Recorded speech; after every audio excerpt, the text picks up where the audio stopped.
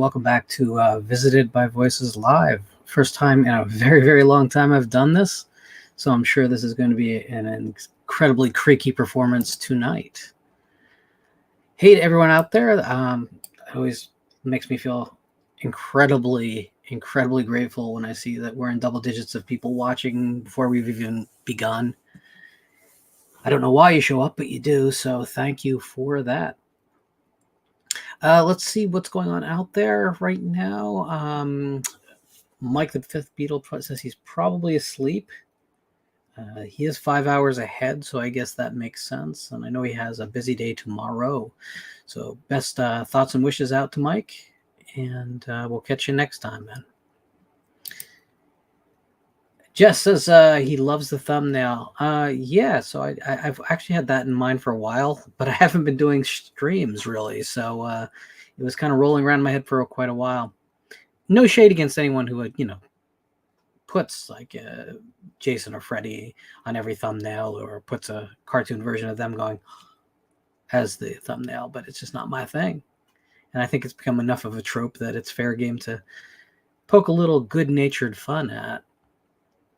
Dan is out there and he is saying hello to everyone because Dan is basically the mayor of Communityville.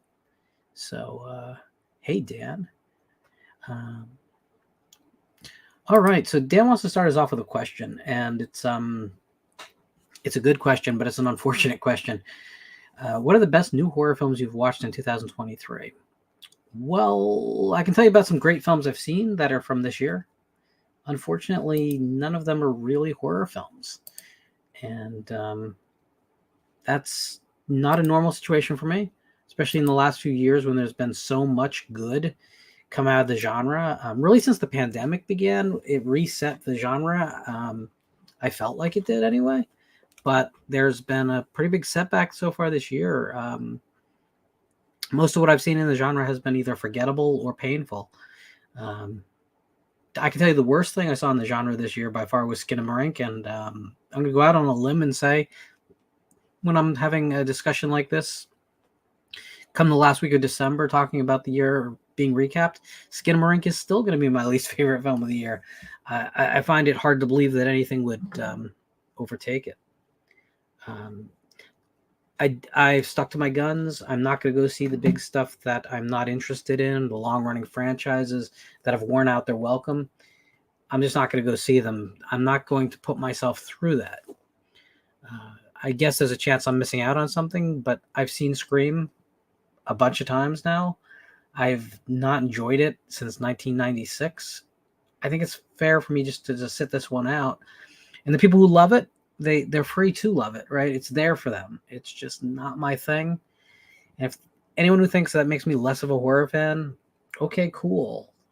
But by the same rate, there's a ton of films out there that I guarantee you haven't seen as you're watching, Scream 3 for the 50th time, that I'm always going to feel a little bit sad for you not experiencing. But to answer the question a little bit more robustly, my favorite film of this year by far is Pathaan, which is now the highest grossing Hindi language film in history, apparently. There's a little bit of controversy about that, but not much. It's definitely one of the top two. It's everything you want in an action movie. It's also silly as hell. So it's not like Decad, which I love, but it's pretty serious stuff. Pathaan is freewheeling and weird and wonderful and outrageous, and I just had a ball watching that movie. It's 2 hours and 40 minutes of just like action movie bliss. I really wish we made this kind of film in America. My second favorite film so far this year is Unicorn Wars, the Spanish-French co-production. It's an animated film that's basically the Care Bears hunting unicorns and unicorns impaling Care Bears. It's basically what we're talking about.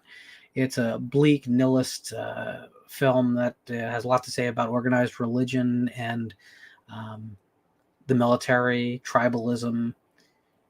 And the greatest thing about it, of course, is that it doesn't pull any punches. It's kind of sits up there with me with things like Watership Down and The Plague Dogs for the kind of disturbing, not for children animated films. Really great. Also from India, there's a film called Cuddy, which means dogs, which is kind of pulp fiction, but way better. And I'm going to get shit for that, I know. But it doesn't have any of the distracting Tarantino isms to it, right? But it's a film that tells the same story from a bunch of different viewpoints, and when they all converge, it turns into this really intense, almost Reservoir Dogs esque standoff, but on a much higher level and kind of more interesting because you understand like the motivations of every character really clearly. Just a very clever. It's a fast movie too. It's probably 2 hours, but it feels like it's about, I don't know, an hour 10 because it's just always interesting, engaging, and it comes together really well. And those are the three films I think so far this year that I would even bother saying might have a chance of ending up on my year's best list. I think two of them definitely will. We'll see. But it hasn't been a great year for horror at all yet. Sorry. Steak is out there and classing up the joint. And he asks the question, where do you come up with your ideas? The truth is, many years ago, I had a revelation that I was never going to have any good ideas.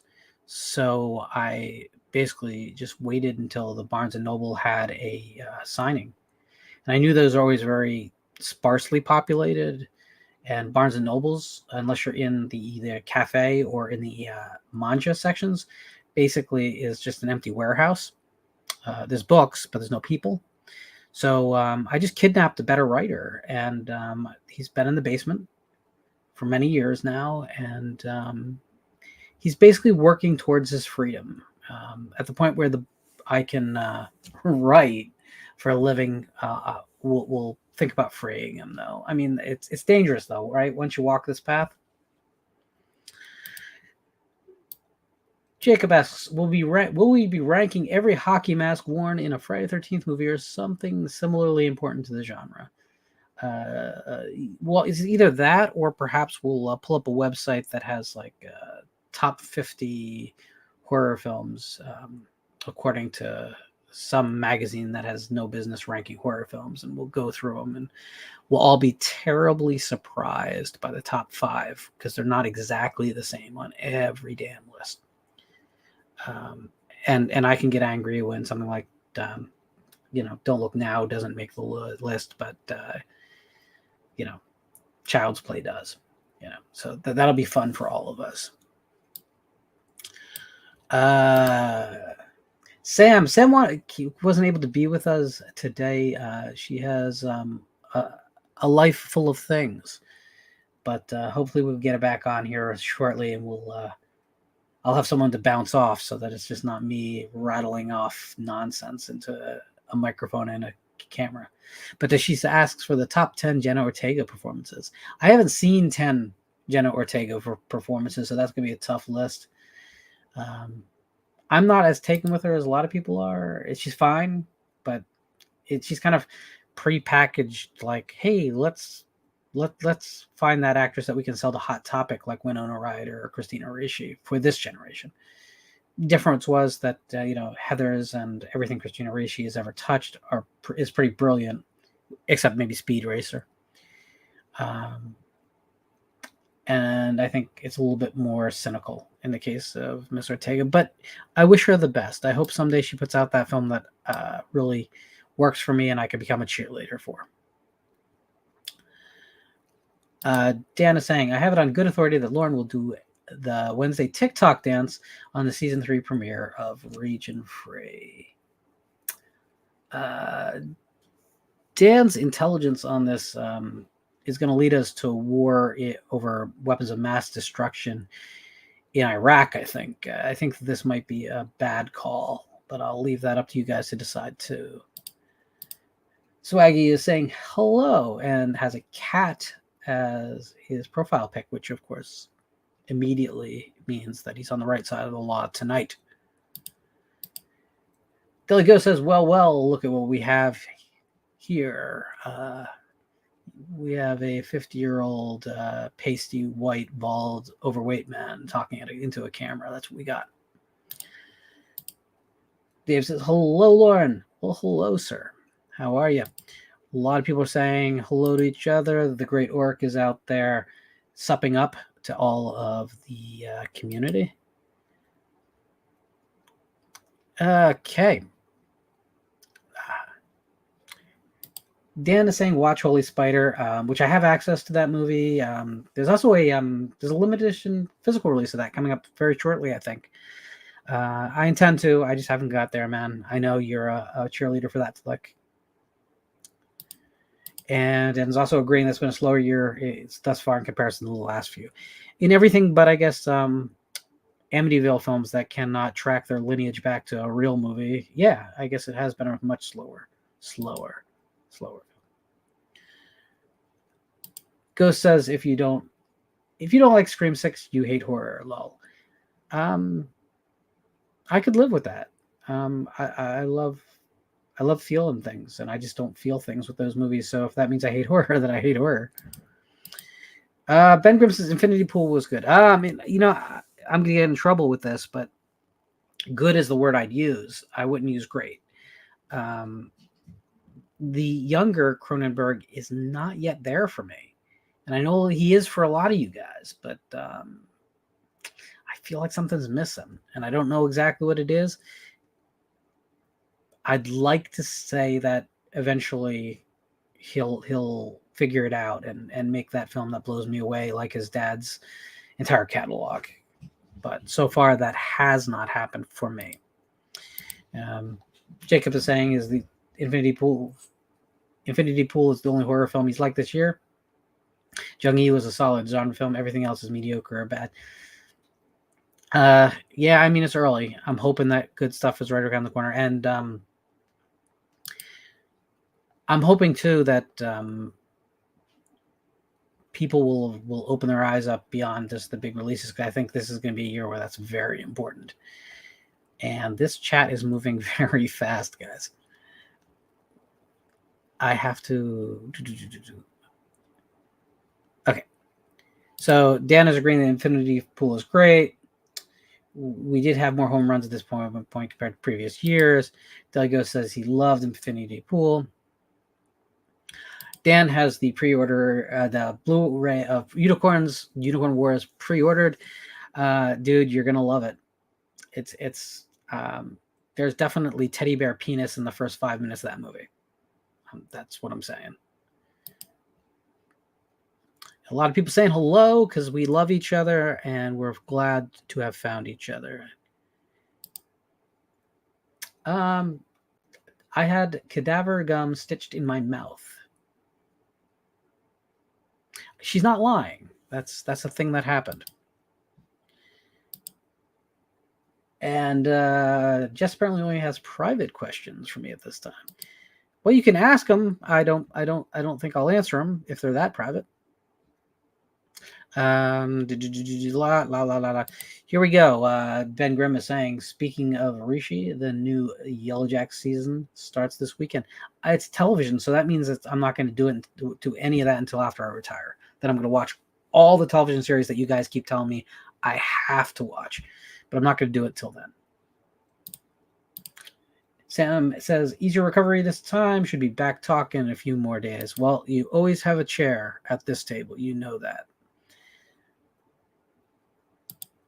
I think we're talking Jenna Ortega here. I like her, but the genre work she's known for isn't that impressive. The Fall is really good. I'll give her that. Jess says, I would love to see Lauren just dance with his hands. So my understanding is that song was originally to the Cramps, Goo Goo Muck, which is a tremendous song, but I will never dance to anything like Lady Gaga. That is never going to happen. Darren says, good to see you back. It's been a year, guys. The last 12 months or so, really the last 2.5 years, really. There's been some health things, which obviously I'm not going to talk about here in any detail, but it's been some scary times. and continues to be. I mean, it's not quite over. Hopefully soon. But there's launched a book that ate up a lot of time. The editing of the book was basically every free moment, back and forth with my editor, Miriam from Fractured Mirror. So that was a lot, and then promoting the book. There was a lot going on all at the same time. Some of it really positive, and some of it really negative. And I guess that's what life is, right? Just the peaks and the valleys, and maybe the story later you laugh about both. I don't know. Cats rule. We have two. That's a good start. Two is a good start. Dan says, "Did you see some of the Jean Roland 4K's Indicator putting out?" I got to talk about Indicator in a second. Actually, maybe I'll just do it. That'll let me get even further behind in the chat. So I want to show you guys something I picked up this week from the thrift shop, and I was overjoyed to find it. It's not going to make sense until I tell you why it's exciting, but I found a VHS of Image of the Beast. So one of my favorite subgenres of exploitation is what I call Christploitation. Some people call it just zealot film, and there's a couple different names for it. But basically, these are exploitation films that hope to promote or scare people towards Christianity. And the Image of the Beast is the best of the 4 film cycle it's part of. They're not great films by any means, but if you want to like snicker and laugh at just kind of incompetent filmmaking, heavy-handed messaging, it's all there. And these are bloody films. These are not subtle in what they do. But my favorite Christploitation film by leaps and bounds is Roy Ormond's "If Footmen Tire You, What Will Horses Do?" Which, if you ever get the chance, just watch the film. It's about a communist or totalitarian government taking over America and outlawing religion, and those who practice Christianity in their basements kind of get caught, and then the government sends the police to torture them, and kids hear the word of Christ. There's children in it. They hear the word of Christ, so the police basically just like insert like metal rods into their ear, so they'll never be able to hear anything again. I mean, this is all incredibly violent, nasty stuff, and it never converted anyone to any religion. But the whole genre is just otherworldly and bizarre. Thing is, Indicator USA is releasing the Ron Ormond family's entire catalog as a box set in May. I believe it's the last week of May. It's called From Hollywood to Heaven: The Lost and Saved Films of the Ormond Family. And it is a 13-film box set of all these Christian scare Christploitation films. And I couldn't be more happy. I have that thing pre-ordered because it is limited. I don't know how many are made, but I don't care. Nicholas Refn, the Drive director, basically is responsible for getting the rights to these movies and creating new 2K masters after completely cleaning them up and remastering them. And I couldn't be happier. The other film he's really known for is called The Burning Hell, which you can easily find the whole movie. Any of these you can find on YouTube in bad quality. The Burning Hell is a real trip. But I haven't seen most of the films that are going to be on this box set because most of them never had anything even close to a normal theatrical or home video release.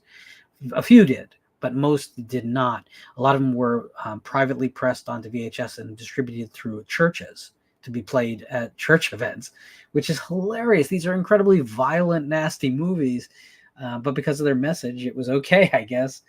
And the fact that they showed them to children on a regular basis is just unbelievable. So yeah, I was really, really happy to find it. It's not rare, and you can find copies on eBay regularly for less than $10. But it's the kind of thing like I probably wouldn't order it because I have access. Especially this film is on YouTube. But to see it in the wild for $2 on VHS, I'm not sure. I'm not sure you can turn that down, right? I love it. It has the Four Horsemen of the Apocalypse in a mushroom cloud on the top of it. Yeah. So I was very, very excited.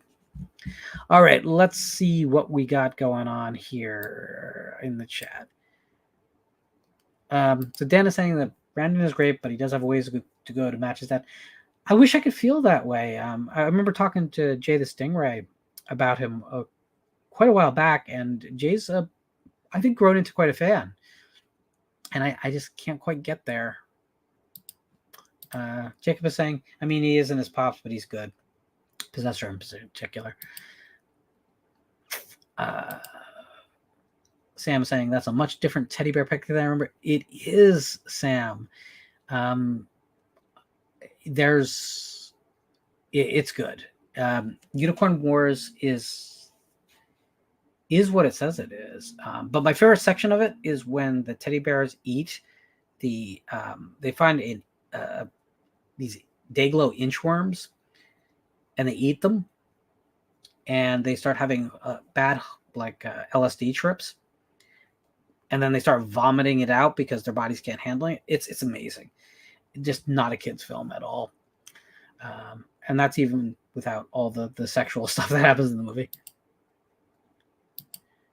Anthony says he doesn't hear many people talk about Existenz, one of his favorites. It's not one of mine. I think that movie feels incomplete, and it feels like a very cheap film compared to a lot of the Cronenberg catalog to me. It has a lot of great ideas, but also has ideas that are too similar to what was kind of happening to me in the mainstream. Kind of the same way as I like The Dead Zone a lot, but I never watched The Dead Zone because it's too normal for a Cronenberg film for me. If anyone else made that movie, I'd say, hey, that's a cool, weird flick. As a Cronenberg film, it's too normal for me. But you know what? Cronenberg has never made a bad film. So I'm not going to discourage anyone from taking a role with Existenz.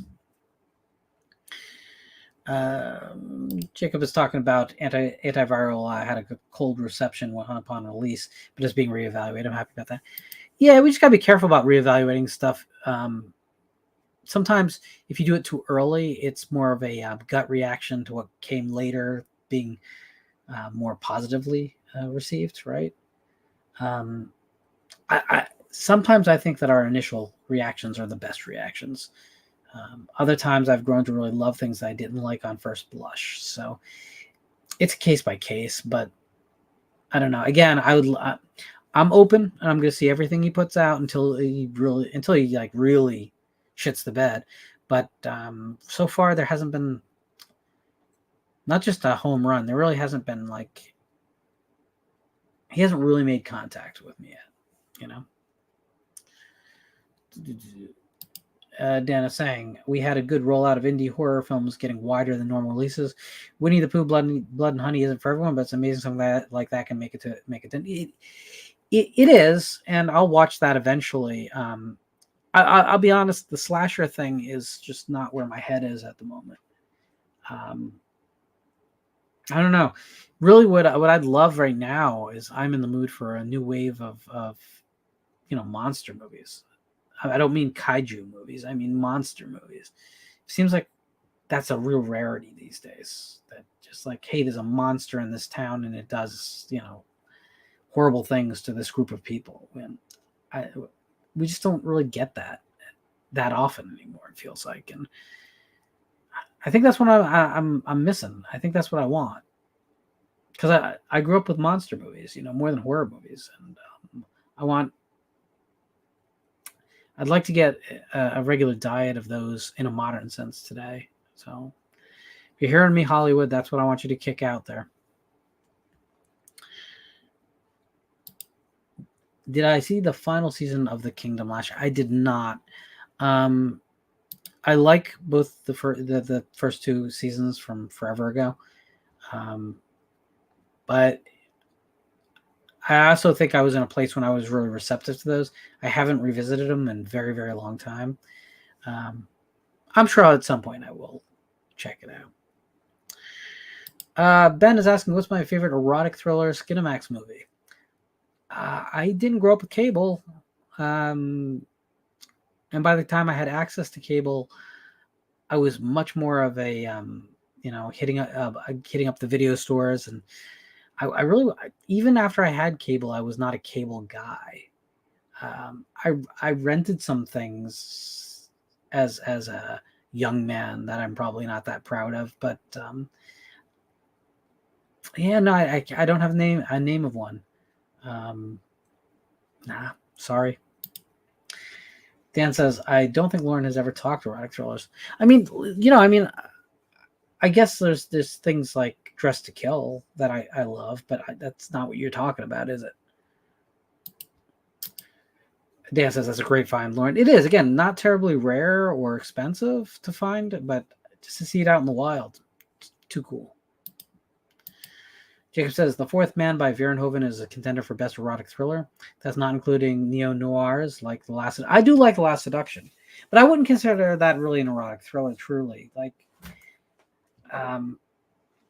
yeah, no, that's a really stylish, cool film with really strong performances and a good ending. It lands its ending, which is inside the thriller world.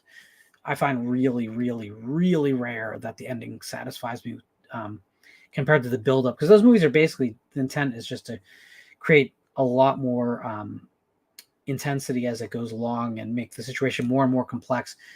And usually those films just find cop-out endings, and Last Seduction doesn't. That is a great flick. Also, Romeo's Bleeding, which is not erotic really at all, though there's sex scenes. That's not the point of it. That film really lands its ending too. Dan is getting the Ormond box set, which I'm really eager to hear his thoughts on Ormond now. Dan is saying Last Seduction finally got a Blu-ray a few years back. Yeah, I haven't picked it up yet. I don't know how much I'd watch it. I like that movie a lot. I'm trying to make sure that when I buy something, it's something that I intend to watch often enough to justify actually owning it. And I'm just not sure, right? I'm not sure. Goes to saying he was debating on whether to pick that up now. So listen, right now, also the thing is Diabolic DVD out of Philadelphia, run by one of the founders of Exhumed Films. Really, really good repository film exhibition company. They're awesome. They're trying to get enough money to have their own space so that they don't have to rent out theaters elsewhere. So, and every time you buy something from them, you help a little bit towards that goal. Anyway, they have it on sale right now for like, I think $15 less than the $69.99 suggested retail. So if you pre-order it now through them, you're going to do well. Amazon has the pre-order up, but it's not.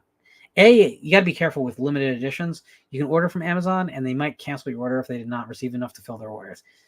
I've never had that happen with Diabolic.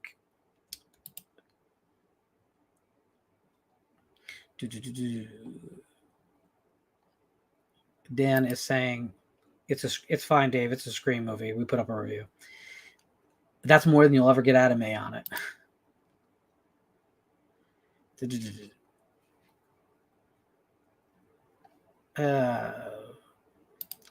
Anthony, has anyone seen the Swedish film Video Man about a guy obsessed with VHS and lost in the modern world? I have not. That seems like completely my thing too. So I might have to make a mental note of that and change that like immediately.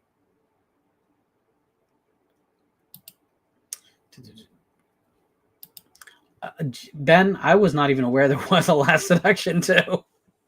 And if it has Joan Severance in it, I'm gonna just preemptively say I didn't, even though I've never seen it. because that Linda Ferrantino because I think it was Linda Ferrantino that was in the first one, right? I'm remembering that right before she sold her soul to make that Men in Black movie, and then was not invited back because she was too good of an actor. I think everything I just said is true. It might not be, but I'm going to pretend it is. Dan says lower tier Cronenberg is still pretty damn good. That is very true. Again, never made a bad film. Even films that I don't connect with, like M. Butterfly, definitely worth watching. Okay, so Metal Faced Monster 666 asks, "Hey, what are your thoughts on Naked Lunch?" I saw Naked Lunch in its theatrical run as a midnight movie at the Cineplex Odeon in Edison, New Jersey. Went down with a friend of mine, Chris Thorsten, who at that time we did a lot of cool like punk rock, arty, indie movie things together. And I was first of all, I'd already read the Burroughs novel, and I was a big Burroughs fan at that time. I felt like the movie was the best commercial version of the novel possible, which is to say, it's not a very good adaptation of the novel. However, it's a great fucking movie, which is a beautiful thing in a way because Cronenberg, I think, understood that the novel couldn't be adapted because the narrative structure of film is just so different and so confining compared to what you can do on just the page. So I think he made the best possible choices in that film, and I do love that film a lot. I think it has it's almost, and this is gonna sound a little bit wrong, but it's almost like someone said to Cronenberg, the only way you're ever going to be able to make a pure Cronenberg film is if you attach it to something so counterculture that that everyone screamed that you're not going far enough.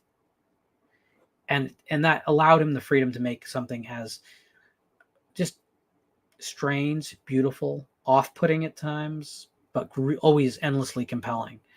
And I would say like he's kind of come full circle now. He kind of, after winning the Palme d'Or and becoming an institution, getting recognized by both the mainstream and the cult film audience, he can kind of do whatever he wants now within the budget he can raise, right? But that was a incredible moment when it was early enough in his career. Like, he just come off of Dead Ringers, which I love Dead Ringers a lot, but Dead Ringers was not a big hit. You know, it was really, really well respected, but it didn't make money worth talking about. So he got this opportunity just because it was a Burroughs adaptation that no one else wanted to dared attempt even.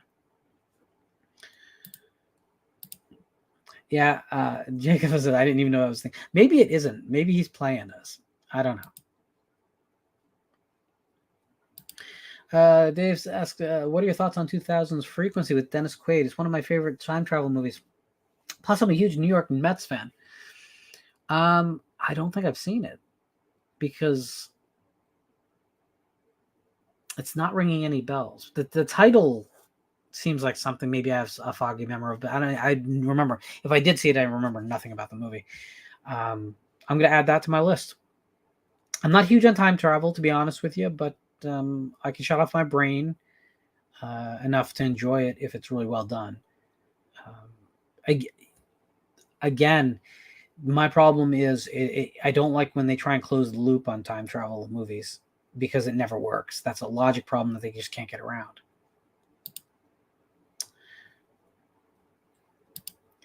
Jacob is talking about Frenzy in Venice, Alex de Iglesias' new slasher film, and I agree. Tremendously ambitious for what it was. It goes places that slashers don't go. It reversed the slasher formula of going narrower and narrower in scope. It actually is a film that kind of keeps getting wider in its reach, and really cool, really brave. It's one of my favorite of his catalog, definitely. Although, listen, the first time I saw, well, whatever, everything but Witching and Bitching, I've adored from him that I've seen. Day of the Beast was one of those movies that I was not ready for when I saw it. I just was not ready. I saw it on VHS and I just love that movie. So he's always going to have to live up to that for me, which is a little unfortunate. Not that he hasn't made films that are as good, but I'm now expecting it from him. And so that's kind of like a high bar to overcome. Hey, Ben, you watched the first Dimension today? Oh my God. Don't stop there. Watch the second two films. They're kind of the same damn movie, but you'll have a lot of fun. And I actually think the third film, oh my God, it's actually a very emotional film. And you're not expecting that when you hear kaiju. So let's do. Jay is just putting out there strip nude for your killer. Yeah, I love that film. Probably the sleaziest, one of the sleaziest giallos ever made. Definitely. I mean, great casts. Shot just unbelievably well. Great giallo, just great giallo. Jacob said the Tank is a monster movie that'll be out in a few months. Looks okay. I've heard some really bad things about it actually. I'll stay hopeful. Yeah, I mean, oh God, I would love great monster movies though to come out. I'll take mediocre monster movies if that's all we can get at this point. Lauren, have you seen any of the Italian crime films of the 1970s? Did a stream last weekend with Umberto Lenzi. So Almost Human in 1974 and Tough Ones in 1976 and was blown away. Tough Ones is a great flick. Almost Human, I'm not as crazy about, but Tough Ones has all as much swagger as is humanly possible in a film. When people talk about today, like how we don't have those type of actors, that the tough guy actors, really, you have like Russell Crowe is your tough guy actor. It's like we've kind of lost a little bit of the plot. We definitely don't have a Robert Shaw anymore, right? If you're desperately searching for that, then the Tough Ones is like complete macho porn for anyone who wants. Great flick. Lenzi is one of those guys that unfortunately got pigeonholed by the jungle cannibal movies. That's what he's always going to be remembered for. But even like his psychedelic giallos like Spasmo, man, they're incredible flicks that deserve to be seen. You might not love them all, but you won't be sad you watched them because they're all really brave, cool, strange flicks. And we don't get any of those things now, right? What's the last time you saw something you thought was brave on the big screen as a major release in America? Yeah, get back to me when you can think of it. And Jacob is just pointing out that it was Linda Ferrantino. Yeah, she is the perfect femme fatale. There's no question about it in that film. Adamo Macri says Nicholas Winding Refn is filling the shoes of where Lynch left off for me and became my recent favorite director. What are your thoughts on his work? Now, I haven't seen everything. Not that there's a lot, because he definitely is tempering his career to spend time. I thought Drive was a fascinating film for being willing to take its time to tell its story and trusting its audience to pick up on the really the minutia on screen rather than have everything explained to you. It's a film that chooses not to artificially ratchet up tension, but let the actual scenes just evoke that tension by themselves. It doesn't artificially give you a ticking clock necessarily. So I think he's an important stylist. I would love to see what he would do with something really like commercial, but have complete freedom to do whatever he wanted with it. Like one of those Equalizer films where he'd have like a great star in Denzel Washington, but let him go wherever he wants with that concept. And I think he would be the perfect guy. And it might be you and I might be the only ones that like the movie at the end of the day, but I would be fascinated. Sometimes I worry that when you get your Lynchian directors, those guys that are considered, the artists in the field, and so we kind of leave them alone to do what they want. Sometimes I think giving them a creative property is what's going to really bring out more creativity, not less. Not that I want them always to have to work under the banner of that, but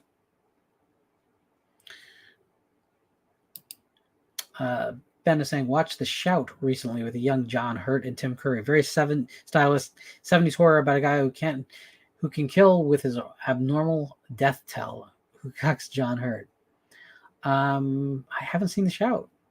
You guys are killing me tonight. I've seen a lot of stuff, but you guys are throwing stuff out that I haven't seen. I love it.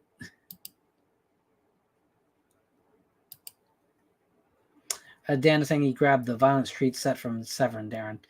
Yeah. Severin are a company we don't talk about nearly enough. And certainly they've had their problems with quality control and customer service. So I get it. But you know what? They really do have their heart in the right place. Jessica says, hello, Lauren. Hello. Aren't you at work?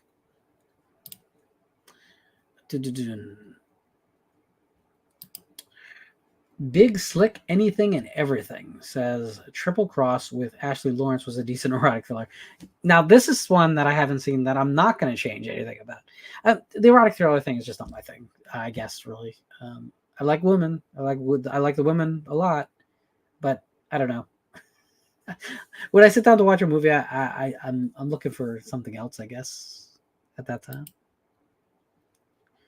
Oh my God, you guys are killing this chat.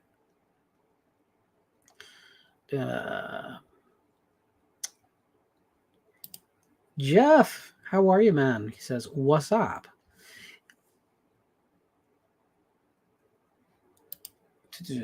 Metal Face Monster 666 says, that's what's up. It's my favorite movie and book. Ooh, that would have been awesome to see it like you did. And I wholeheartedly agree with your analysis of the film as adaptation. Yeah, well, the thing about Naked Lunch you have to remember is that people who throw around that word like, oh, this book is unfilmable. Every book is unfilmable, right? You're never going to capture everything about it. But to capture the essence, the intent, that's what books should do about films that adapt from books. The film version of MASH is a great example of something that figured out what was important and let the rest of it go. Like, was comfortable enough saying, we can't adapt everything here, but I'm going to make sure we have the heart of this thing intact. And yeah, I think that's what Cronenberg set out to do, and he put it through his own sensibilities, because what else could you do, right? If you divorce it and just try and make a Burroughs film, you're going to fail. So you do a Cronenberg film inspired by Burroughs in it. I think that works. I think that it would be crazy to let someone like a David Cronenberg loose on something like an Allen Ginsberg poem, right? Say, let them really go crazy with what the poem means to them. That would be amazing to me. Ben is clarifying that Last Seduction 2 is real, from 1999, straight to DVD sequel. That is much more terrifying than anything I can think about. I really don't think I want to see Last Seduction 2. Jay says Dead Ringers. Hell yeah. I wish we talked about that movie a whole lot more, because I think it's Cronenberg saying, hey, I'm not going to give you any of the slimy, gross stuff you're expecting from me, but it's still going to feel that way. I'm going to make you feel that way with set design and lighting and performance and dialogue and ideas. But I'm not going to give you the exploding head, and I'm not going to give you a guy turning into a fly. I'm going to show you a medical device created by a madman for gynecological evaluations, and you're going to have to fill in the rest of it all by yourself. And I think that's a beautiful, beautiful thing. Dan says someday he needs to cover Edwy Fenice's Italian sex comedy run. Hopefully he'll include The Devils in that, which is, of course, the Fenice film she made with the great Lucio Fulci before his horror run. Dan is saying, don't set your expectations high for The Lake. Yeah, I've heard bad things. Jacob asks, what is your favorite monster in a movie that isn't the alien from Alien? Probably the irradiated slug creature from It Challenged the World. I love that motherfucker. He's bizarre. He looks like something that would exist in nature, and he terrorizes people in an office at the end. What more do you need out of life? The Alien is pretty high on my list, though. I will cop to that. Dan wants a return to the traditional tough guy action star. I agree. Can we just have an actor that looks like he's taken a punch in real life at some point? You know, that would be nice. That'd be good. Oh, Jacob loves the Monster from Horror Express. Sure, sure. And you know what? Night or Curse of the Demon, which a lot of people don't want to be in the movie because there's, the original cut doesn't have it in. I love that big Muppet. He's amazing. Jeff's asking, just watched The Visitor, a very weird movie from Blumhouse. Have you seen it? If so, what do you think? I have not. The phrase "movie from Blumhouse" usually gives me some real pause. Ben says Linda Ferrantino was very sexy in Men in Black. No joke. Well, yeah, because she's Linda Ferrantino. I don't think she has a choice in the matter. It's not like she wakes up in the morning and says, I think I'll be sexy today. I think it just happens. Oh, we have an actual question here. All right. Dan says, have you watched the trailer for the new Finnish film, Sisu? It is a World War II themed revenge movie that looks insane. I have not. I am going to do that as soon as I'm off the air, Dan, because revenge films are kind of my thing too. If you combine all of it, if it's horror and revenge and monsters,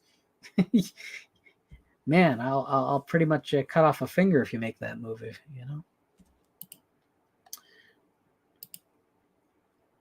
Watching the show while at work. There you go. It's like you have a new job lined up and don't care or something. Jacob's saying Refn used to be versatile, but he's fallen into the same track. Like directors like Wes Anderson have fallen into too much of the same.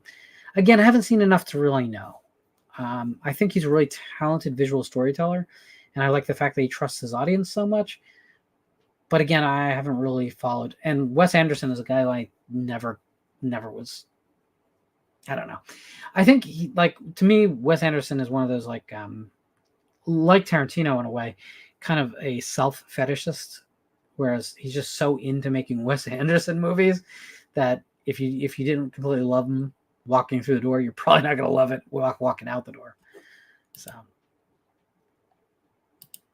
Anthony, I own the box set of the Ghost Stories for Christmas on DVD. It's coming out on Blu-ray. I'm probably not going to update, but I have not seen all of them. But yeah, no, and that set is great. A friend of the show, Ramsey Campbell, he does intros for basically every episode. Definitely all the M.R. James episodes. It's an amazing thing to see a culture embrace ghost stories and kind of revere them. I wish we did that here. America doesn't have a tradition of ghost stories the way Britain does, but we do have the urban legends, and I think maybe it's time for us to revere them for their proper historical and cultural place. Whether it's the vanishing hitchhiker or the spider eggs in the wig, or all those urban legends that we all know, we're all told, even though we come from very different places. Always a little bit of variation because it's kind of a big game of elephant, right? I whisper into this guy's ear, and by the time it comes back to me, it's a different story. But along the way, it picks up all the cultural differences and all the fears and anxieties of different people in a different place, and I think that's fascinating. Let me see. Okay, the most important question of the night. What release of The Haunting of Julia have you ordered, Scream Factory or Umbrella? So, I was really, really, really leaning to the BBF, the British release. But I ultimately I went with the Indicator Australian release because it gives me the movie on Blu-ray, which, while I know a bunch of people are going to scream to me that I could get it on 4K and don't you want that? Well, I do, but the Indicator disc comes with the soundtrack on CD. And the Colin Towns score is basically my favorite horror score. So I could not get it.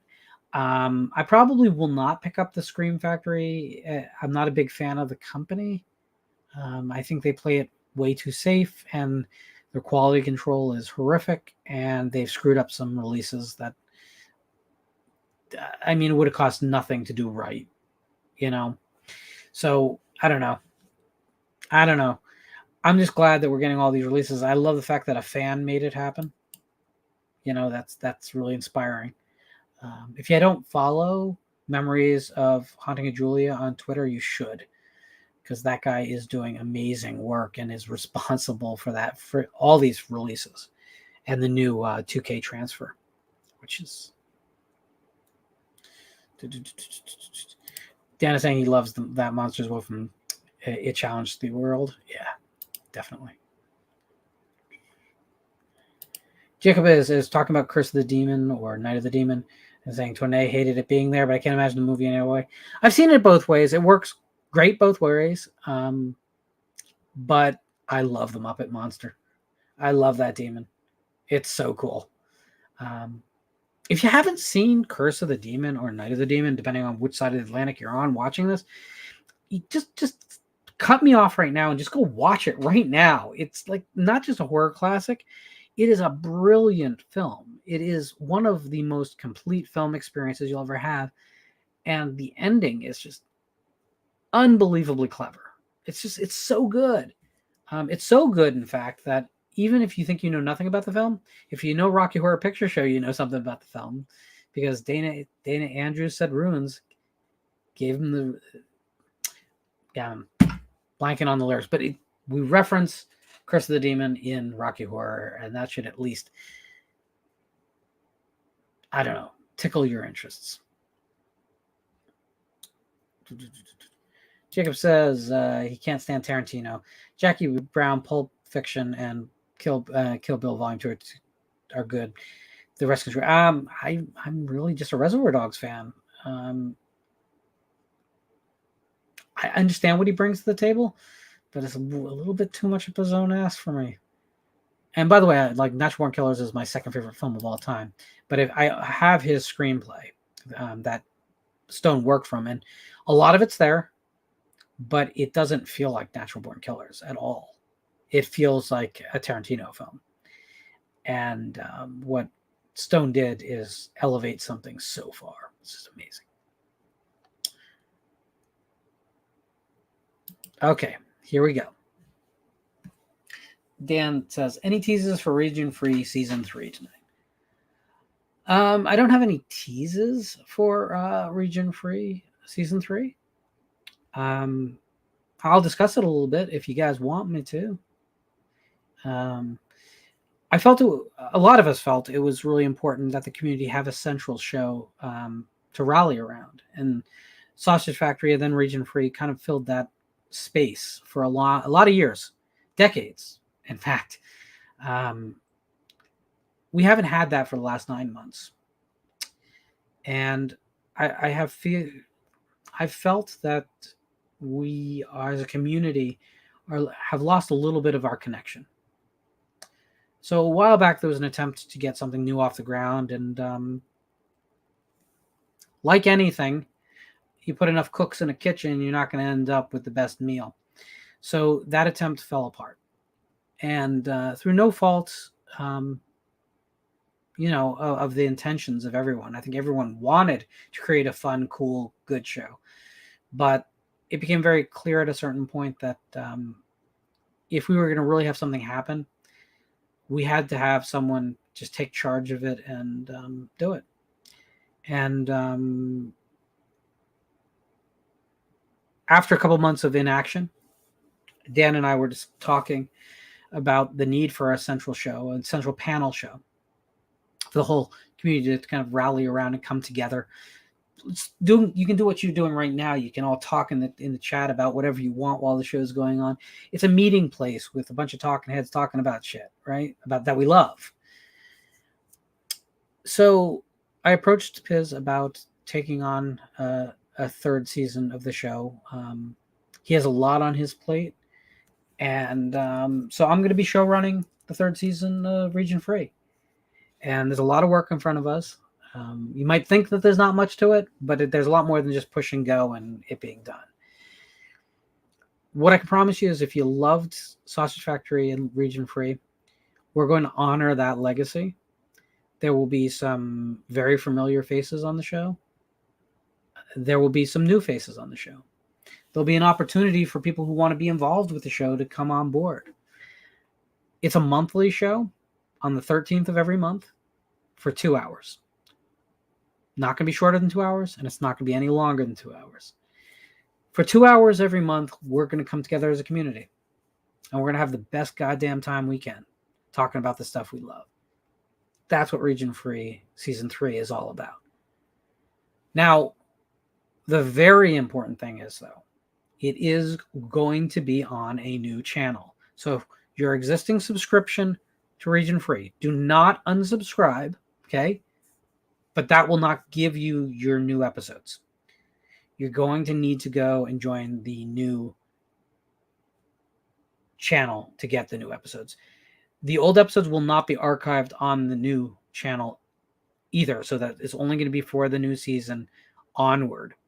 So it's important that you subscribe to the new channel and do that like today, because there's going to be stuff before we launched that's going to lead up to it that I think you're going to really dig. There will not be any Patreon exclusives, or there will not be any super chats. None of that stuff is going to be on. We're going to keep this really simple and pure. It's really going to be about a bunch of people coming together to celebrate, these goddamn movies and books and comic books and songs that made us who we are. That's what I've always thought was amazing about the community, and that's what we're going to focus on. And so although I'll be show running the show and be on many, many episodes, I won't be on every episode. This is not about me. This is about the community, 100%. So, Ghost says, awesome, can't wait to join the fun. That's a good thing to hear, sir. Ben says, where can I watch Sausage Factory videos? I never watched before, but heard so much. You can subscribe to the former Region Free / Sausage Factory YouTube channel, and you can check out like 13 years worth of material. I'm involved in like the last 4 or 5 years of that. I don't know, but lots of great stuff, a lot of great contributors over the years, a lot of great experiences, a lot of laughs, a few tears, some epic fights. There's a lot to love in Sausage Factory and Region Free. One last thing I'll say about it, and this is that while we're going to bring back everything you loved about the show, hopefully, that doesn't mean that everyone will be back, and it doesn't mean that everything that we used to do will be done again. We're going to go where the show leads us. It's going to be organic and real. My leadership is going to suggest that we do what makes sense. We're not the age we were when we started this. It was a long time ago, right? And I wasn't there at the beginning, but the group of people who are involved are going to help shape this thing. It's going to always respect what came before. It's going to be very conversational. I think we've learned a lesson from some of the things that worked and didn't work about the Region Free first 2 seasons. I think you're going to be very happy. But the big thing I'm most focused on is it has to be fun. There's no reason to do it unless it's actually fun. All right, so Midnight Geek says, hi guys, very excited to know Region Free is coming back. Way to go, Lauren. Guys, I'm gonna need those double horns, because man, there's a lot to do. Dan is clarifying the original channel has that, Ben. The new episodes are on a new channel. Yeah, so you need to subscribe to both. That's all there is. Darren says he's already subscribed to the new Region Free. He's excited to see how it goes. We are going to endeavor not to disappoint you. Chess says, I can't wait to join y'all in the shenanigans. Professor Tickles asks, what brand and model guitar is that in the background? So that is an Epiphone, an Epi. Hold up just a second.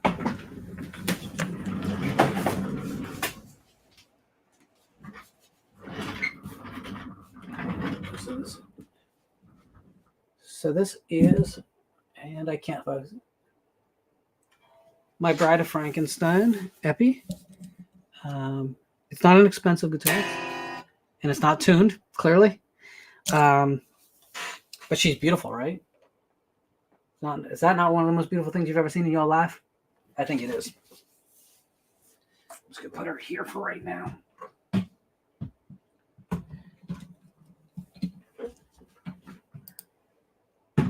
Jay says the original live movie discussion show.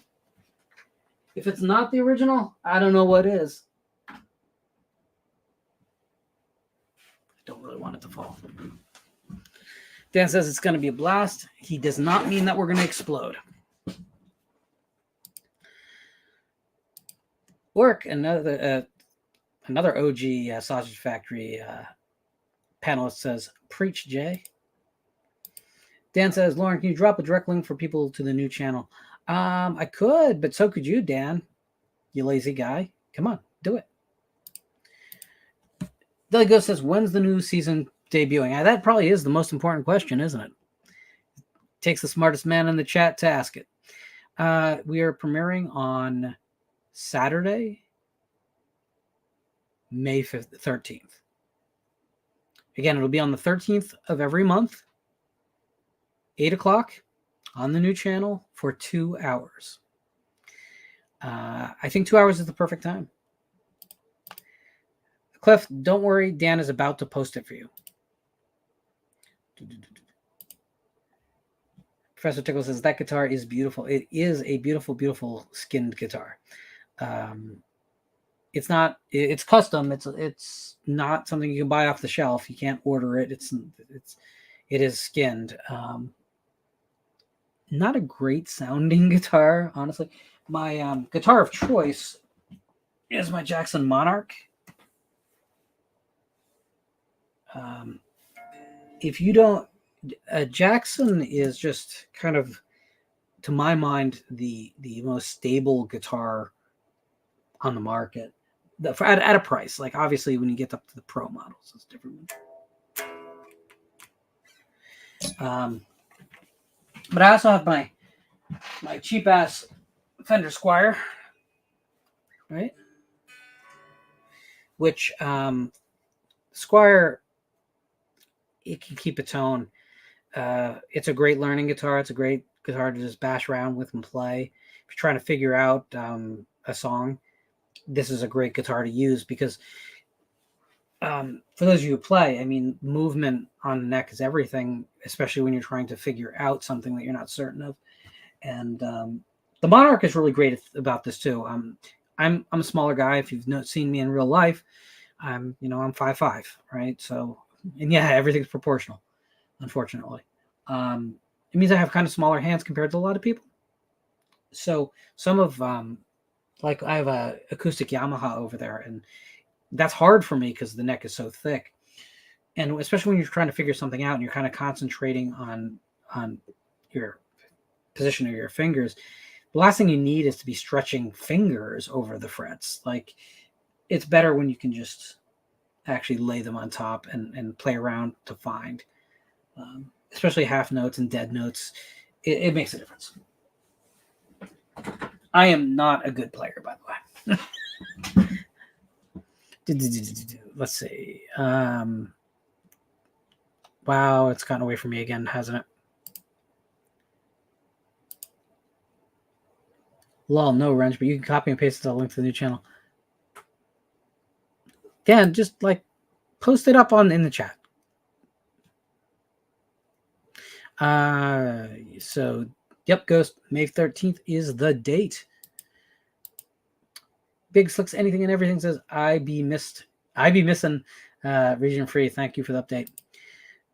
So I mean, I don't want to really,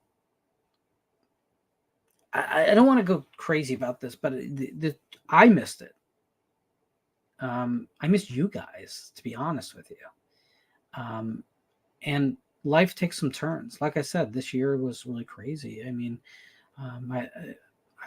when I contracted anaplasmosis this year, it nearly killed me, and it was great to see you guys when I did these kind of shows, but I wasn't in a condition always to do these kind of shows this year. And but if I could watch other people on Region Free and you guys be in the chat, I could still kind of feel the community. And we need that, right? I mean, I do. Maybe you're a lot stronger than I am as a person. You probably are, but I miss it, and that's why I want to do it right for you guys.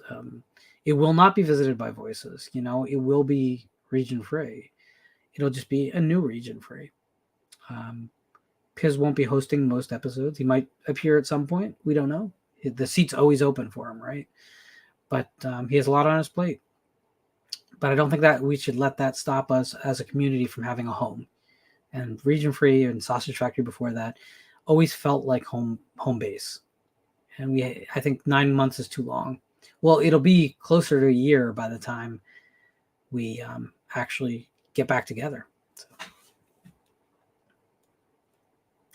So Professor Tickle says, y'all know how to hype. I'm excited to check out this channel. Never seen a single episode of Region Free or Sausage Factory.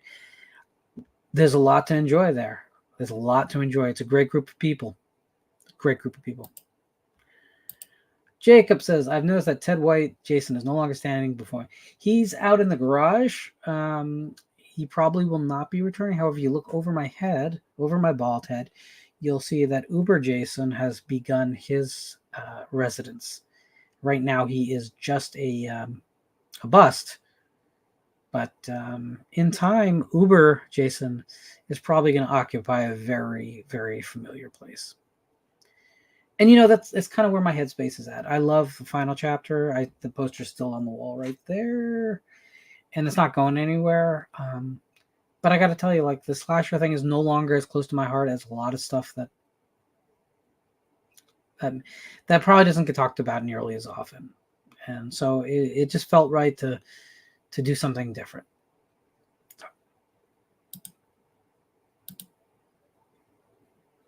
Dan says, it has a long history, Professor. Piz was much smaller YouTuber back when it started. That is very true. He was also much younger. We all were younger, and those first season is kind of like it's like one of those prequels where everyone looks a little bit too young for the roles they're in. Anthony Swear Moore says, I've always loved watching Region Free on Piz's channel, so I'm definitely looking forward to new beginnings on a fresh channel. Yeah, Anthony, I think that it's going to be healthy. I mean, Piz is a giant among us, and I mean that in every possible way, physically and figuratively. And you're never going to get me to say a bad word about what he built. It's amazing. It's I just don't want to see it leave us. Now, maybe you guys, it sounds like you guys are excited, but maybe you're not excited about it. Maybe it's something that we'll try and it doesn't work, but I at least got to try. And that's why it's so important to me that we try and do it in a way that's fun and cool. But also as a meeting place for you guys. It's just great that all these people from all over the country and in some cases beyond the country coming together over a shared love of these crazy little movies. And I just think this is a remarkable thing. This could not have happened at any other time in the history of the planet. So we should be celebrating these moments. Dan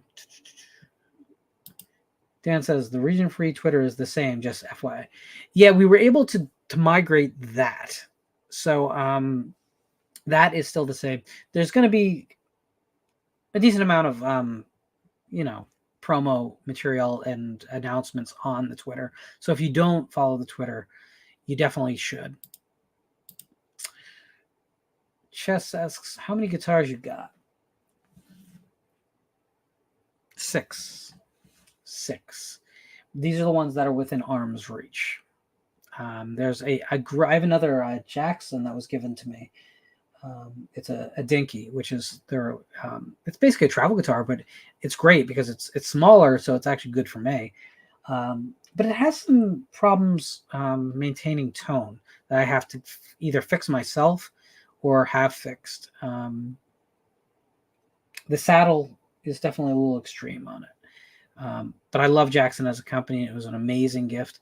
So, at some point when that gets straightened out, I'll bring that out here and we'll show that guy off. Jeff says, glad you're here. You're starting Region Free again, Lauren. I can't wait for you guys to see some of the stuff we're doing. I can't wait for you guys to see the new intro video, which I think you guys are going to friggin' lose your shit over. I can't wait for you guys to see some of the returning people who may not be there for on episode 1 or 2, but a lot of people from the past that you haven't seen for a while are expressing an interest in coming on back. So, pretty excited. Well, Jacob, the thing about Jason in the garage is that he's in 2 pieces because that's how he's going to be stored for right now. So he's not going to be bothering anyone. Do you see that Miss Aronson is actually doing photo ops at conventions in a raft? I'm assuming she'll be clothed in the raft, so it's kind of like pointless, I guess, if you're paying extra, especially. I don't know, though, this whole movement towards like in costume and with props. I don't know. It seems a little bizarre to me, but whatever. Jeff says, how do I join it? Well, Dan's going to get a link up eventually for you guys. Or if you follow it on Twitter, that's if you just search for Region Free YT on Twitter, there's all kinds of links there to help you join.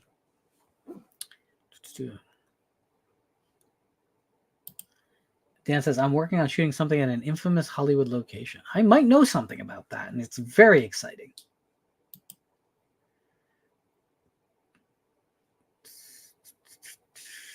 Dan says, Region Free brought a bunch of us together. It did. It's really ground zero. Sausage Factory before it, certainly. But Sausage Factory, while it evolved in its later years as far as the cast members, it was pretty much the same regulars for most of its time. And then Region Free definitely brought some new blood in. I think every era of that show had some real, had its own strengths. And we're going to try and mine all that, all the good. And none of the stuff that perhaps didn't work as well, or maybe we got sidetracked at certain points with certain things, and maybe we can curb those things. I've heard all the feedback from you guys. Believe me, the good is great. The bad, we're going to work on. I think part of it, though, is doing it monthly rather than bi-weekly will allow us to give you the best possible show without it ever feeling like an obligation. And I know that seems weird, but a lot of work does go into that show. So it easily can feel like an obligation. So giving it a little more breathing room, I think, is the right move. We also don't intend to take season breaks. So in other words, after a year, we will start season 4, but it'll just be the next month. There won't be a 3-month gap. So I think you're going to end up getting probably just as much Region Free in the course of a year under the new model as you did in the old. If not, it'll be real close. And I think the 2-hour runtime is good for everyone. It's a longer show for YouTube, but it's not endless. I think that's an important and great aspect of what we're doing.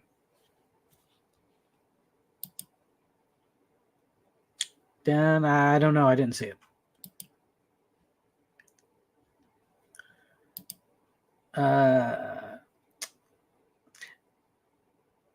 Jacob is asking, what are the 2 most recent books you've read? Well, I'm reading at the moment a book by Monica Hoops called Murder Seriously, which is actually a kind of goofy, funny, satirical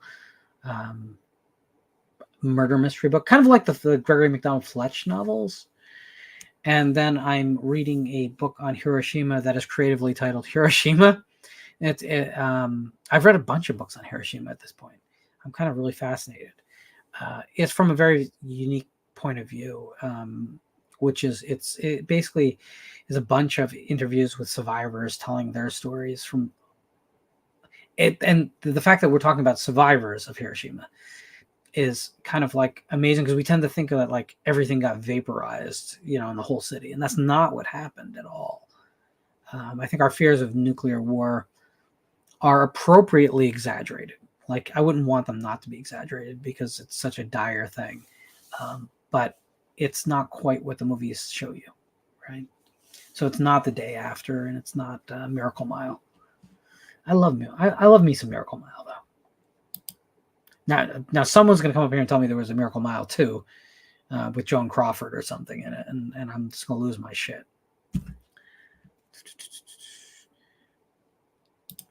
Professor Tickles asks, so if this region free is a soft reboot, will there be CG de-aging of the legacy characters? Nah, I promise I'll look even older. I think we're going to lean right into the fact that there's been a visita of time that has passed. I'm very, very, very excited about the idea of a cast that, again, familiar faces, new faces. There's been so many people who've come into the community since Region Free went off the air, and I think they're going to be important to play a part too.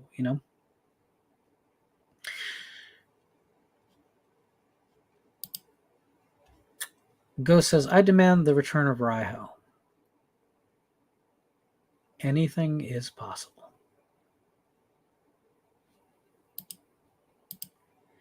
All right, so Dan is asking, have you heard anything about the new book, Our Shade of Night by Mariana Enriquez? I just picked it up. I saw a Twitter post about the book. Just said it was just a kind of one of those, looking forward to reading this. No, I don't. I don't know. I'm gonna end. You see, I do these shows and end up with this like list of things I need to check out.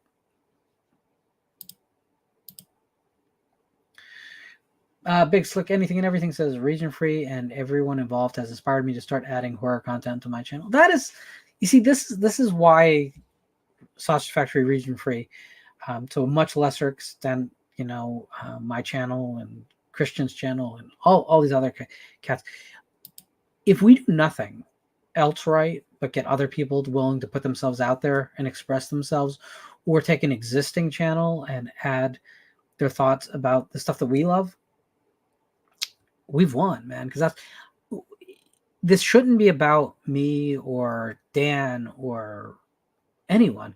It should be about like reaching out to other people who have other strong opinions. Maybe they're in agreement, maybe strong disagreements, but we can have these discussions and maybe we can figure out why we're drawn to this stuff, because I think that's the ultimate mystery we're trying to solve here, right? I mean, why did all of us watch Texas Chainsaw Massacre at way too young an age and have the same reaction, which was like frightened, scared, freaked out, and overwhelmingly like happy that you just found something that made sense in your life, gave you some friggin' direction.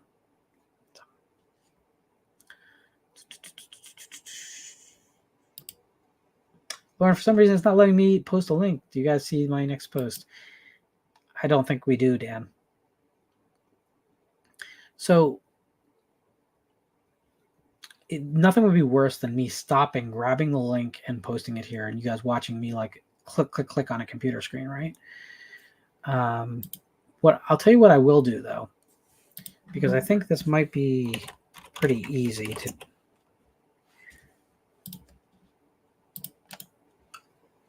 What I'm going to do just quickly here, so I don't completely.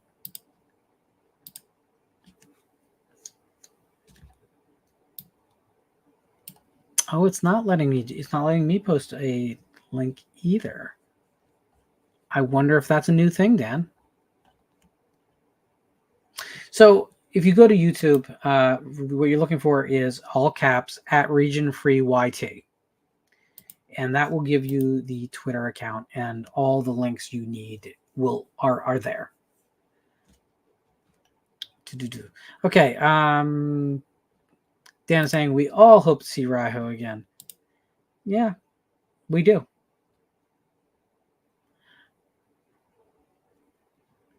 Jacob saying, I missed conventions when they were worth doing. By the time I was in my late teens, Walking Dead already ruined it. Um, you know, my first conventions were in the 90s, early 90s, and it changed so much. If you weren't around for that, basically the days when Angus Scrim would be there and not charge you to sign anything, talk to you for as long as you wanted to talk to them, but they weren't they weren't crowded either. Like, so much has changed. It's very tough to express. I remember at a weekend of horrors in Manhattan, just like walking up to Danielle Harris and just talking to her. And when Danielle Harris still looked like Danielle Harris, and was, you know, trying to make it as a young actress, not young as she was in those Halloween movies, but you could just walk up to people and talk to them, and there was a very I don't know, celebrationary aspect to it. It wasn't all about money.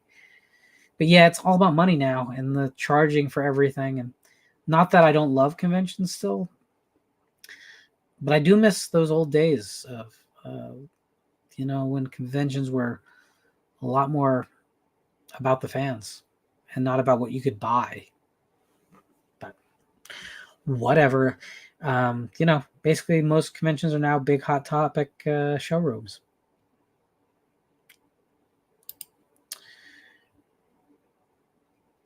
Chess says, I'm excited. I may be going to a fun place April 15th. I might post a small sneak peek reel on my channel. We're all waiting for that channel. We are all waiting. Dan says, one needs to be a mod with a blue wrench in order to post the links. Let me see what I can do about that. Oh, no, I can't do that way, can I? Something to work on. Oh, you know what? I think I know why. I think I have to do that from YouTube itself. I can't do that through StreamYard on YouTube. Huh. We have to figure that out. We definitely have to figure the wrench thing out. But you'd think I'd be able to post on my own channel, right? It's too weird.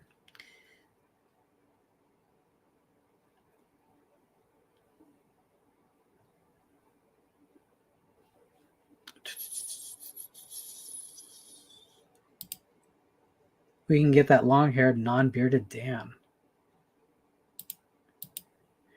Joe produces, hey, Lauren, it's been a long time. It's been a long time, been a long time, been a long time. Yes, it has, sir. Not through any intention. It's just been a wild year. And I turned 50 this year in August. It's a thing. Big Slick says, when I used to play, Jacksons were my favorite guitars. They're so clean. They hold tone. The motion on the neck is awesome. They're not an overly complex guitar, which might sound silly, right? If you don't play at all, but you can make a guitar too complex easily, and plenty of companies have. Dan is saying that the novel he was referring to has been compared to Mexican Gothic, so that got my attention. That's a brilliant. Sylvia Garcia is brilliant, and that Mexican Gothic was one of my very favorite reads of the year it came out. So Ben says, what's the best punk song to listen to on Easter? Well, I mean, come on. That would be called Easter by Patti Smith, wouldn't it? Jacob's asking, what is Poppy Z. Bright's best book and why is it Exquisite Corpse? Okay, I'll give you that. That's fine. I miss the early days of Poppy Z. Bright. Back before it got kind of like I don't know. I think there was this moment in the early 90s when horror fiction was in such a great creative place. Yeah, the Del Abyss stuff, but it was wider than that. And Poppy was this new generation of younger writers who were not afraid to say, hey, I love rock and roll and I love horror movies, and I love they were more connected with us than the writers of the 70s. So I love that stuff too. Like everyone knows I do, but there's this moment in the early 90s when it really felt like our generation was writing for us, and your Brian Hodges and your Tom Piccirillis and your Elizabeth Masseys were out there like producing work that was really accessible and fresh and new and exciting. It felt like the first time you heard a Sex Pistols song or the first time you heard the Gorilla Biscuits, right? It was raw and cool and bleak, and it gave you a renewed hope. I miss that. And Poppy was a part of that era.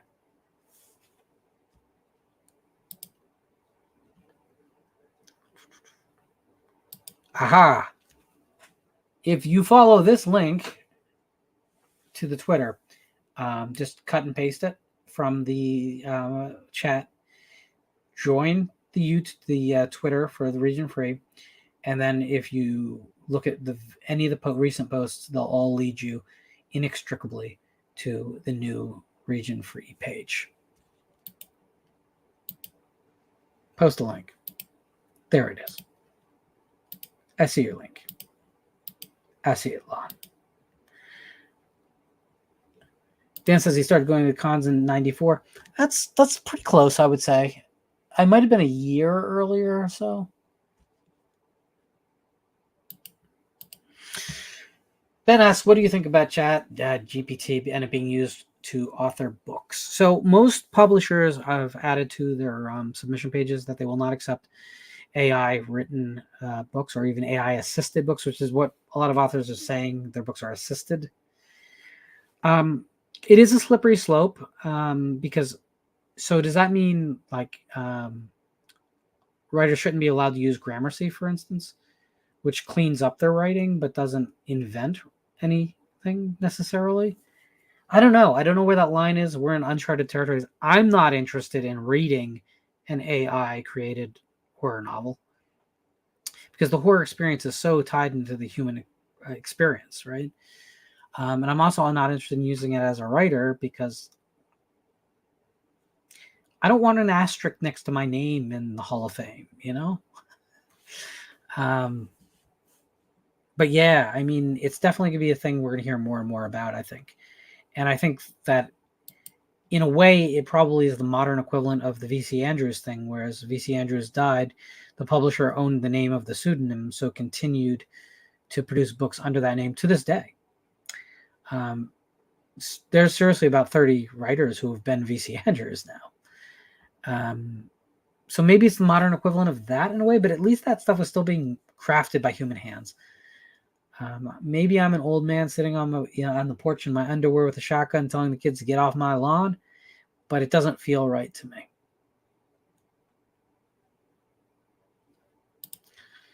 Darren saying, I wouldn't have started anything until I heard Lauren say go for it on one of his streams. I'm now doing a podcast and YouTube stream every week. Anyone thinking of doing it, go for it. Darren, that is such an amazing thing to hear, and you're not the first to have said that. See, that's what's worth it. That's what's worth it. Like, I don't consider what I do to be very special, really. I think I have a viewpoint. I think I've watched a lot of movies. I've read a lot of books. And I think I contribute. But, like, getting you guys to open up and just make this a community of ideas and voices, man, that's why the show is called Visited by Voices, by the way. Because it's really about bringing other people to talk rather than me. So it's ironically like an episode like this is me talking to you guys, but it's just me on screen. But you guys are the episode, not me. You know, again, I'm just the old pasty white middle-aged guy. That's the conduit for all of this. Jeff is done subscribing. Good job, sir. Subjective collective perspective. I'll have plenty of time soon for my channel, says Jessica. Sounds good. We need more voices. Dan is saying to Joe Bob that he can't keep up with all his new Twitter channels. I wonder why that is. It's kind of like keeping up with Sam. Anthony is asking, Lauren, do you think Stephen King has made it difficult for the next big horror author to break through? He seems to still dominate the mainstream space. So the King problem, something I've spoken about before. I don't think King has done it himself. And if any of us were ever offered his deal, we wouldn't turn it down. So it's not something I can like weaponize against him. However, yeah, in the same way a Tiger Woods became synonymous with golf to anyone who wasn't deeply enmeshed in golf, Stephen King is deeply enmeshed in horror, and they've become simultaneous um, in the public perspective because if Entertainment Weekly is going to review one horror novel a year, it's going to be the King release because they can't ignore it, right? And in that respect, it's made it difficult to break through to a certain extent. It depends what you want. I just did a stream with the other two horror authors that are on my publisher, and we were talking about, without naming King, we were talking about finding our place in the genre. And a couple years ago, I realized I'm a small press guy, where there's a kind of a willingness to experiment, a lot of freedom, and a really good partnership with your publisher, rather than having to feed the business cycle. Like Stephen King has to have a novel out for every Christmas to maintain his stature as what he is. I'm not that guy. I'm definitely a small press guy. I might be looking at a really productive period in the next couple of years for releases, and that's exciting and cool. But I'm also a guy who's gone 5 years without a book release. So it all depends. I have to be really happy with the work to release it. So it all depends, I guess, on what you want. If you want to be the next Stephen King, I got bad news for you, because I think that's a once a century position. I would argue that before Stephen King, there was Richard Matheson. But when Richard Matheson was on the top of the heat, you saw a lot of people still playing in the sandbox. You had your William Peter Blatty's and your Thomas Tryons, and you had these people who were still making inroads and selling lots of books. And it definitely is harder today. Now, that said, someone like a Stephen Graham Jones has sold a lot of books. Paul Tremblay has sold a lot of books modernly. So I think we are at a pivot point again where it probably is opening up. But for a long time, I would agree with you. It was very hard, unless you were deeply, deeply involved in the horror lit community, to even know what was out there to support. Dan says, I heard Mexican Gothic was getting an adaptation from Hulu, but I don't know where it stands now. My understanding is it's still happening, but I don't know how far along it is. I think it's still in pre-production at this point. I don't think they've actively shot a frame. Could be wrong. Professor says 50. Wow, you don't look a day over 40. Yeah, but I don't feel a day over 65.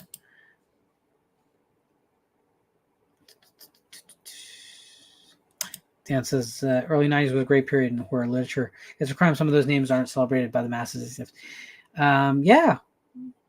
I mean, there's so many novels from that period that deserve to be a lot better known. Maybe have been adapted. I mean, it's been 30 years now. I mean, what's the excuse, Hollywood? It's a damn shame that's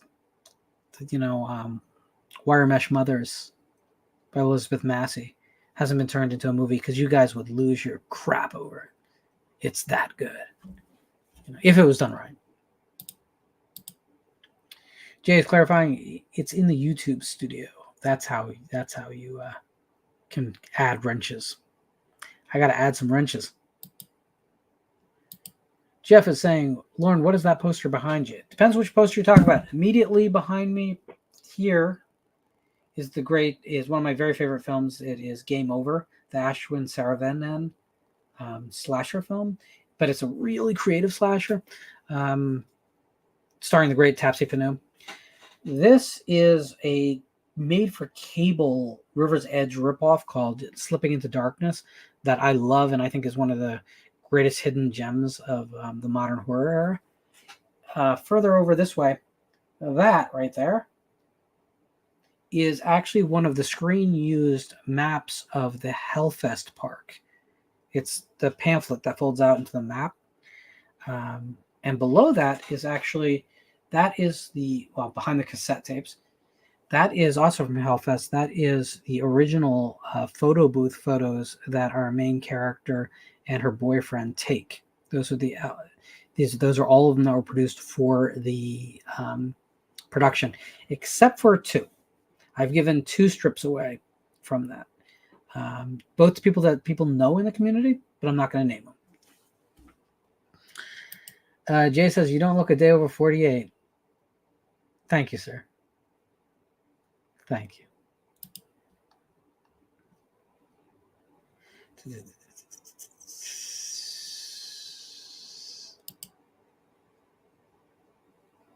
What is up with it, Vanilla Face? Steak's always leading the charge, isn't he? Jeff says, yes, I saw that, Slipping into Darkness. If you haven't seen Slipping into Darkness, it's a really, really fun film. And there is a crop harvester at the end of that movie. There is. And I've caught up to the chat. We're at an hour 40, so I'm going to probably close down in another 10 minutes. But I just want to say thank you to all you guys. You guys, thank you for like sticking with me in a challenging year. Thank you for your excitement over the new Region Free. That means a lot to me. Thank you for all the people who've sent me stuff and given me gifts. It's weird every time that I go to the post office and I find some slip covers to tear in half in there, or some books, a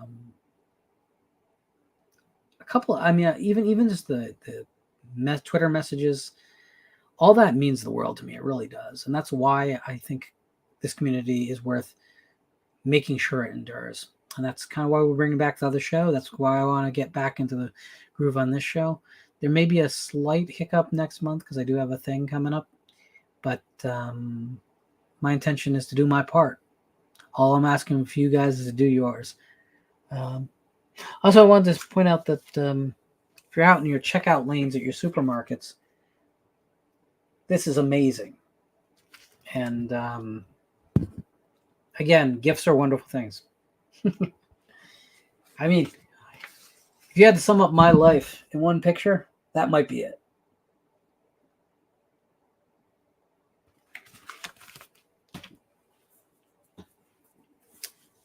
Also, let you guys vote. What do you guys say for my next tattoo if I go with Payman? Is it too much to have the image of a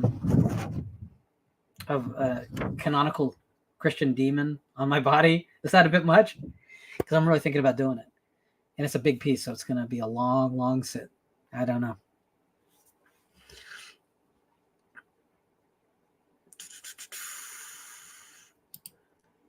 Jacob asked, favorite public domain horror that isn't Carnival of Souls or Night of the Living Dead? Oh. Hmm.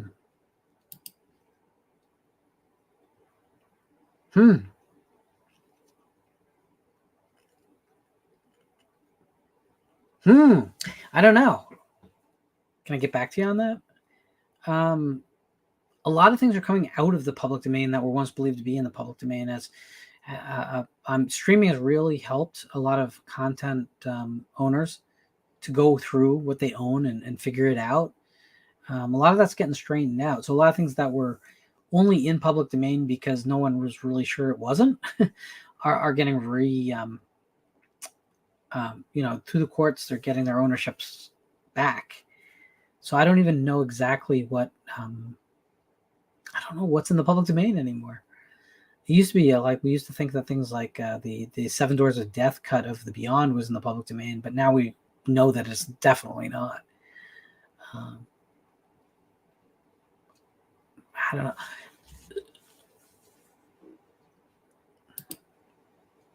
Hail Payman. Dan says I might get a tattoo in LA month. I I I bet he gets a little My Little Pony tattoo. I bet you anything. Dan is a secret brony, so. Jake, I love Messiah of Evil. That's a great one. I got to see that in Exhum Films. The previously mentioned Exhum Films did that as a surprise screening. The second half of the double bill, which they didn't announce the second one. It was a beat up old print, but it was amazing to see it. That has that feeling of that era, much like Carnival of Souls. That kind of East Coast indie horror film look. Jeff says White Zombie. Is White Zombie in the public domain? I'm not sure it is anymore. That might be one of those titles that got dragged out into the light. Jess says yes to the tat. Jay wants Dan to get the tattoo on his forehead. The brony on his forehead. Dan seems to agree that White Zombie is public domain. I'm not sure if it is anymore though. Dan will never let you stream it. They'll never let you do the photography. Nope, it just won't happen. There's too many things that can go wrong from a legal standpoint. I really would be shocked if they let you do it. Jacob says he always thinks about getting tats, but every design he ends up losing interest in afterward. I think you got to be careful with this stuff. I do. You got to really fall in love with it. I mean, that's my favorite of my tattoos.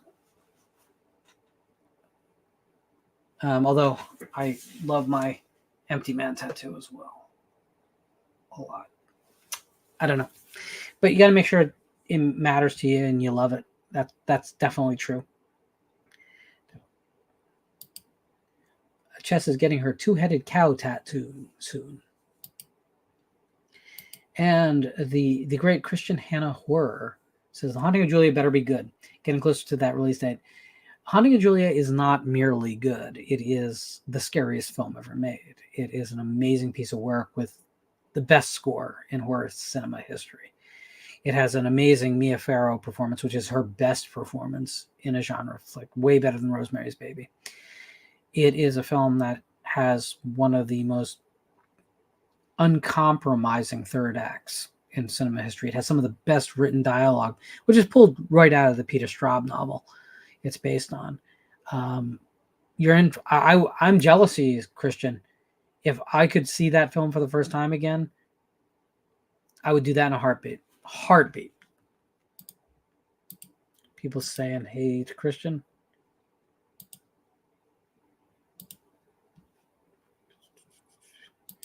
Jacob saying he loves coastal horror, Dead and Buried, Messiah of Evil, The Fog, Witch from the Sea. Yeah, I love all those movies.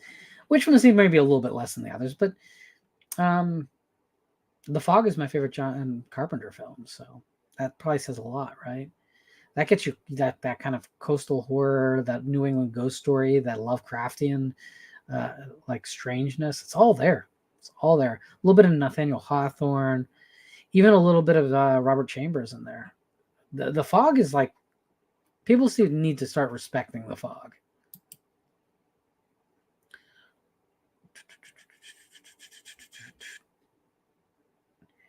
Jeff has a scorpion tattoo because he's a scorpion. Have you had the scorpion pepper? Have you ever eaten one?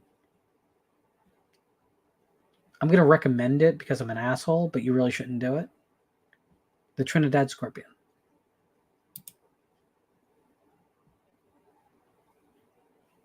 Jake says he has a rule he has to sit on a design for a tattoo for an entire month. If at the end of the month he still loves it, I'll go for it.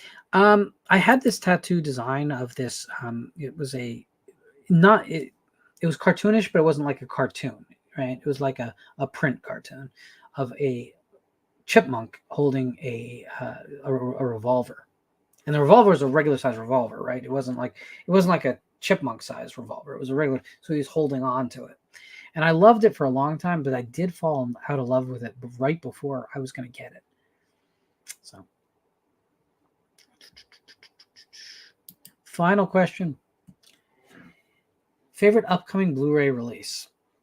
Well, that Ormond box set is definitely really high on the list, but if I'm being completely honest, that Haunting of Julia Blu-ray release has to be it.